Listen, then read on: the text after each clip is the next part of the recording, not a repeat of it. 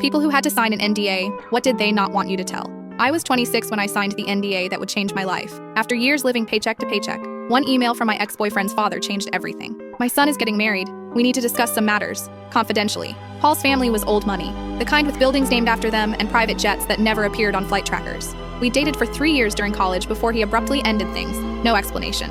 Just a hollow, I can't do this anymore, and silence. 2 days after the email, I sat across from Howard Green in a private room at a downtown law firm. His suit probably cost more than my yearly rent. "Catherine," he said, sliding a document across the mahogany table. "This is a non-disclosure agreement. Sign it, and I'll explain why you're here." I hesitated. I should have a lawyer review this. Howard smiled without warmth. "The NDA is just to discuss the proposal. You'll have proper legal representation before anything is finalized."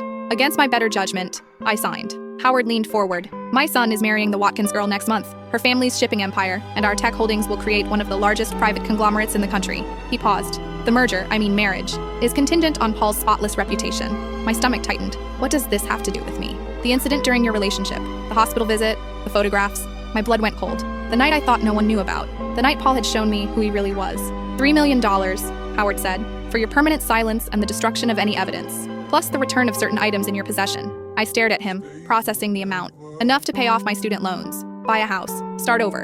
And if I refuse? Howard's expression hardened. "We'll deny everything. Our legal team will bury you in litigation until you're bankrupt. Your career will be collateral damage." I felt sick. The memory of that night flashed through my mind. The bruises, the terror, the hospital staff who didn't believe me when I said my boyfriend, the beloved son of Howard Green, had done this. "Can I think about it?" 24 hours.